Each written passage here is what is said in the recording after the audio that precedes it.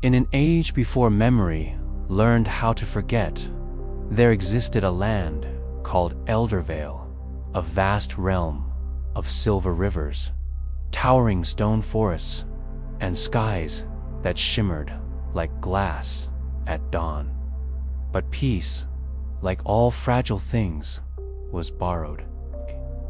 Hidden beneath the ruins of a fallen empire slept an ancient force known as the Ember, a living spark of creation capable of restoring the world or unmaking it entirely. And as the Ember began to stir, so too did destiny. In the humble village of Brindlewick lived a young courier named Aren Vale. Aren was unremarkable by every visible measure. Lean, dark-haired, with storm-gray eyes that always seemed distracted by the horizon. He preferred long walks, old maps, and silence over stories of glory. He did not know that the Ember had chosen him. One evening, as the sun bled orange into the hills, Aren discovered a small object hidden inside a broken stone well, a warm crystal shard pulsing softly like a heartbeat. The moment his fingers touched it, the wind stopped, and far away, something ancient opened its eyes. That same night, a stranger arrived.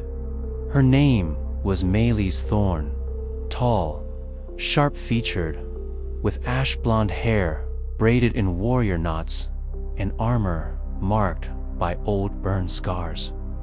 Her eyes did not soften when she spoke. She told Aren, "You've been marked, okay? And if you stay here, this village will burn before the next full moon." She explained the truth. The Ember was awakening, and dark forces, known as the Hollowed Court, were hunting its bearer. Aren tried to refuse. Heroes were legends. He was just a courier. Maylis only nodded. So was every hero, she said, before the world ran out of better options. By dawn, Aren left Brindlewick behind. Their journey grew. They were joined by others. Thrain Oakenfell, a broad-shouldered stone forger from the mountain cities, with a braided iron beard and a laugh louder than thunder. Leora Windmere, a sky-born archer with copper skin and eyes like morning light, able to read the wind as if it spoke to her. And Eldric Solwyn, a quiet scholar mage, his face lined with regret, carrying spells he feared to use again. 5 travelers, one impossible task: to carry the Ember to Starfall Crucible, the only place where its power could be sealed or reborn into something new. As they crossed the Glasswood Marsh, they were ambushed, but not by monsters, by people. Refugees, armed, desperate, starving. Their leader revealed a terrible truth. The Hollowed Court had already conquered half the realm, and the Ember was rumored to be the only hope left. Hope, however, makes people dangerous. A battle nearly erupted. Instead, Aren stepped forward and did something unexpected. He gave the refugees the shard. For a single breath, the world held still. the shard dimmed, then reappeared in Aren's hand.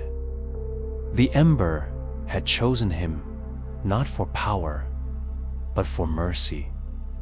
Near the black spires, the unthinkable happened. Eldrick vanished. That night, the hollowed court attacked. Shadows shaped like men, voices like breaking glass. In the chaos, Eldrick reappeared, standing beside the enemy. "I tried to destroy it once," he declared. "I failed. This time, I will control it." He believed the Ember could enforce peace through absolute will. The battle was brutal. Thrain was wounded. Leora nearly fell from the cliffs. Meles faced Eldrick in a duel of steel and sorcery. In the end, Eldrick escaped. With the Ember, the world darkened. Storms raged unnaturally. The Fellowship broke. Thrain returned to his people. Leora vanished into the skies.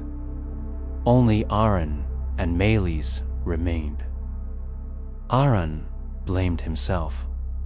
"I wasn't meant to carry this," he said. "I only ever make things worse." Meles, for the first time, removed her armor. "Courage isn't never failing," she told him. "It's choosing to stand up again after you do." They continued alone. At Starfall Crucible, beneath a sky torn open by lightning, they found Eldrick. The Ember hovered above the ancient Fortune stable, cracking reality itself. Eldrick was breaking. The power was too much. Aren did not draw a weapon. He walked forward, unarmed. "You don't need to carry it alone," he said. The Ember reacted not to force, but to choice. Aren offered to share the burden, something no one had ever tried. The crucible ignited. Light consumed the battlefield. When the light faded, the Ember was gone. So was its curse. Eldrick lived stripped of power, finally at peace. The hollowed court crumbled. The realm breathed again. Months later, Eldervale healed.